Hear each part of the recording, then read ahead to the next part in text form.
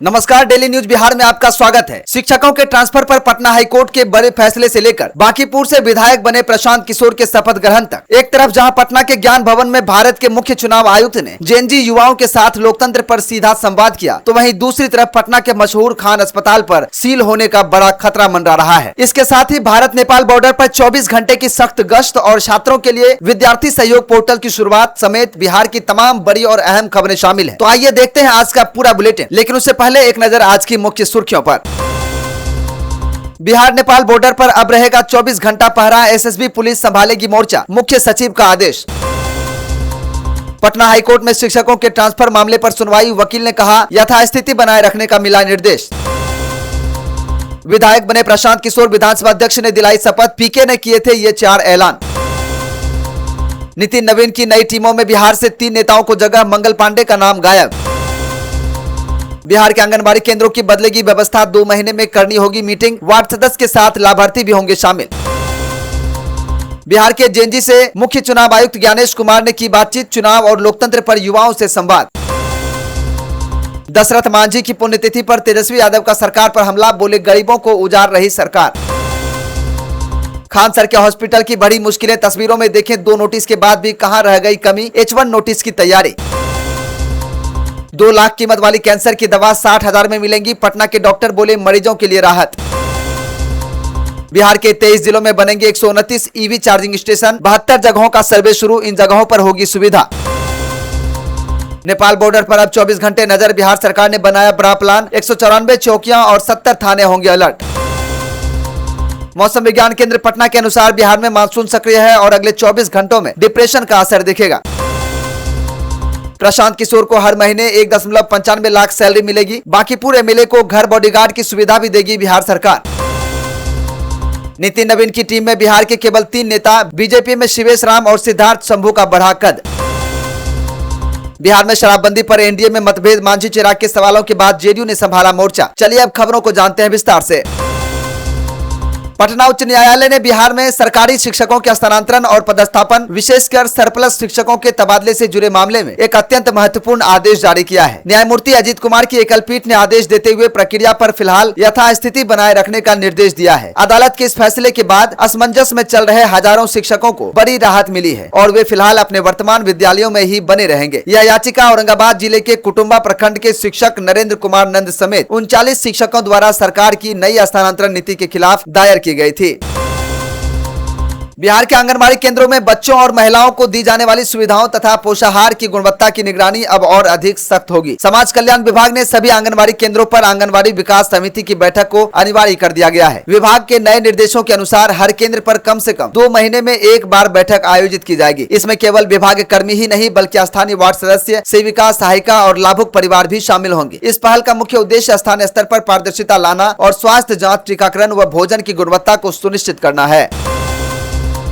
भारत के मुख्य चुनाव आयुक्त ज्ञानेश कुमार ने पटना के ज्ञान भवन में आयोजित एक विशेष कार्यक्रम में बिहार के सभी जिलों से पहुंचे जेएनजी युवाओं और विद्यार्थियों से सीधा संवाद किया है। इस दौरान युवाओं ने चुनावी प्रक्रिया, मतदान के अधिकार और लोकतांत्रिक मूल्यों से जुड़े कई तीखे और महत्वपूर्ण सवाल मुख्य चुनाव आयुक्त के सामने रखे हैं। ज्ञानेश कुमार ने युवाओं को लोकतंत्र में उनकी सक्रिय भागीदारी का महत्व समझाया और बताया कि देश के भविष्य को आकार देने में पहली बार वोट देने वाले युवाओं की कितनी बड़ी भूमिका है। कार्यक्रम में छात्रों ने काफी उत्साह दिखाया। दशरथ मांझी की पुण्यतिथि के अवसर पर पटना स्थित राजद प्रदेश कार्यालय में एक विशेष श्रद्धांजलि कार्यक्रम का आयोजन किया गया, जिसमें पारंपरिक संगीत और नृत्य के साथ समाज के लोगों ने भाग लिया। कार्यक्रम में पहुंचे नेता प्रतिपक्ष तेजस्वी यादव ने माउंटेन मैन दशरथ मांझी को नमन करते हुए कहा कि जिन्होंने अकेले पहाड़ काटकर इतिहास रचा, उनके सम्मान में बिहार में अब तक एक प्रतिमा भी नहीं लगाई गई। अपने संबोधन में तेजस्वी ने राज्य सरकार पर तीखा हमला बोलते हुए आरोप लगाया कि वर्तमान सरकार विकास के नाम पर गरीबों, झोपड़ीवासियों और वांछित वर्गों को उजाड़ने का काम कर रही है। पटना स्थित प्रसिद्ध खान अस्पताल की प्रशासनिक मुश्किलें लगातार बढ़ती जा रही हैं। अग्निशमन विभाग, फायर डिपार्टमेंट अब अस्पताल प्रबंधन के खिलाफ सबसे सख्त कार्रवाई यानी H1 नोटिस जारी करने की प्रक्रिया शुरू कर चुका है। इससे पहले विभाग की ओर से अग्नि सुरक्षा संबंधी कमियों को लेकर E1 और G1 नोटिस भेजे गए थे, लेकिन निर्धारित समय सीमा के भीतर कर्मियों को दूर नहीं किया गया। फायर ब्रिगेड अधिकारियों के मुताबिक अगर H1 नोटिस का जवाब और NOC मानक पूरे नहीं पाए जाते हैं तो अस्पताल को सील करने की कानूनी कार्रवाई की जाएगी।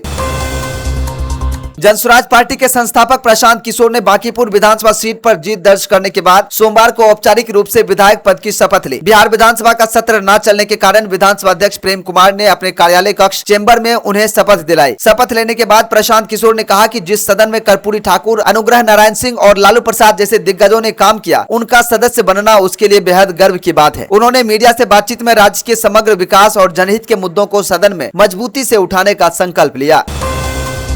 बिहार से सटी 735 किलोमीटर लंबी भारत नेपाल सीमा की सुरक्षा व्यवस्था को अवैध बनाने के लिए राज्य सरकार ने बड़ा फैसला लिया है। मुख्य सचिव प्रत्यय अमृत ने समीक्षा बैठक के दौरान सीमावर्ती 7 जिलों के 70 पुलिस थानों को एसएसबी की 194 बीओपी के साथ मिलकर 24 घंटे यानी 24 घंटे 7 दिन गश्त करने का सख्त निर्देश दिया है। यह कदम सीमा पर से होने वाले अपराधों, अवैध तस्करी, घुसपैठ और राष्ट्र विरोधी गतिविधियों पर पूरी तरह से नकेल कसने के लिए उठाया गया है। पश्चिमी चंपारण, सीतामढ़ी, किशनगंज समेत सभी सीमावर्ती जिलों के पुलिस कप्तानों को आपसी तालमेल बढ़ाने को कहा गया है।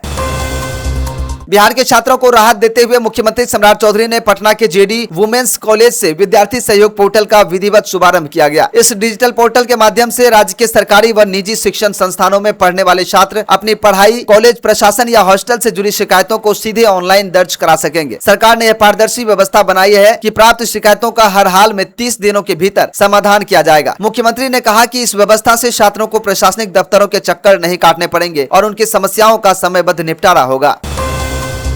भारत की आगामी जनगणना प्रक्रिया को सुचारू और बाधा रहित बनाए रखने के लिए बिहार सरकार के राजस्व एवं भूमि सुधार विभाग ने बड़ा प्रशासनिक आदेश जारी किया है। इसके तहत जनगणना कार्य में शामिल और प्रशिक्षित किए गए सभी अधिकारियों व कर्मचारियों के तबादले पर 31 मार्च 2027 तक के लिए पूर्ण रोक लगा दी गई है। इस आदेश के दायरे में प्रखंड विकास अधिकारी, बीडीओ, अंचलाधिकारी, सीओ, कार्यपालक अधिकारी और वे शिक्षक व कर्मचारी आएंगे जिन्हें जनगणना के लिए चार्ज ऑफिसर या गणना कर्मी के रूप में प्रतिनियुक्त किया गया है, ताकि प्रशासनिक स्थिति बनी रहे। मौसम विज्ञान केंद्र पटना के अनुसार उत्तर पश्चिम बंगाल की खाड़ी में बने दबाव यानी डिप्रेशन का असर बिहार में साफ तौर पर दिखने लगा है। मौसम विभाग ने औरंगाबाद, कैमूर, भभुआ, गया, जमुई, नवादा और रोहतास जिलों में भारी से अत्यंत भारी मूसलाधार बारिश को लेकर रेड और ऑरेंज अलर्ट जारी किया है। इसके साथ ही अगले 24 घंटे के दौरान राज्य के दक्षिण पश्चिम और मध्य भागों में 30 से 40 किलोमीटर प्रति घंटे की रफ्तार से तूफानी हवाएं चलने और आकाश से बिजली गिरने की प्रबल आशंका जताई गई है। आपदा प्रबंधन विभाग ने लोगों को खेतों और खुले स्थानों से दूर रहने की हिदायत दी है। तो दोस्तों, ये थी आज की पूरे बिहार से जुड़ी 25 बड़ी और महत्वपूर्ण खबरें। राज्य की हर राजनीतिक, प्रशासनिक, शिक्षा और मौसम से जुड़ी सटीक अपडेट्स सबसे पहले पाने के लिए बने रहिए हमारे साथ। अगर आप यह बुलेटिन यूट्यूब पर देख रहे हैं तो वीडियो को लाइक करें, शेयर करें और हमारे चैनल डेली न्यूज बिहार को सब्सक्राइब करना बिल्कुल ना भूलें। और अगर आप हमें फेसबुक पर देख रहे हैं तो पेज को तुरंत फॉलो करें ताकि बिहार की कोई भी अपडेट आपसे मिस ना हो। कमेंट सेक्शन में अपनी राय जरूर साझा करें। कल फिर हाजिर होंगे दिन भर की तमाम बड़ी खबरों के साथ। तब तक के लिए देखते रहिए डेली न्यूज बिहार। धन्यवाद। आपका दिन शुभ हो।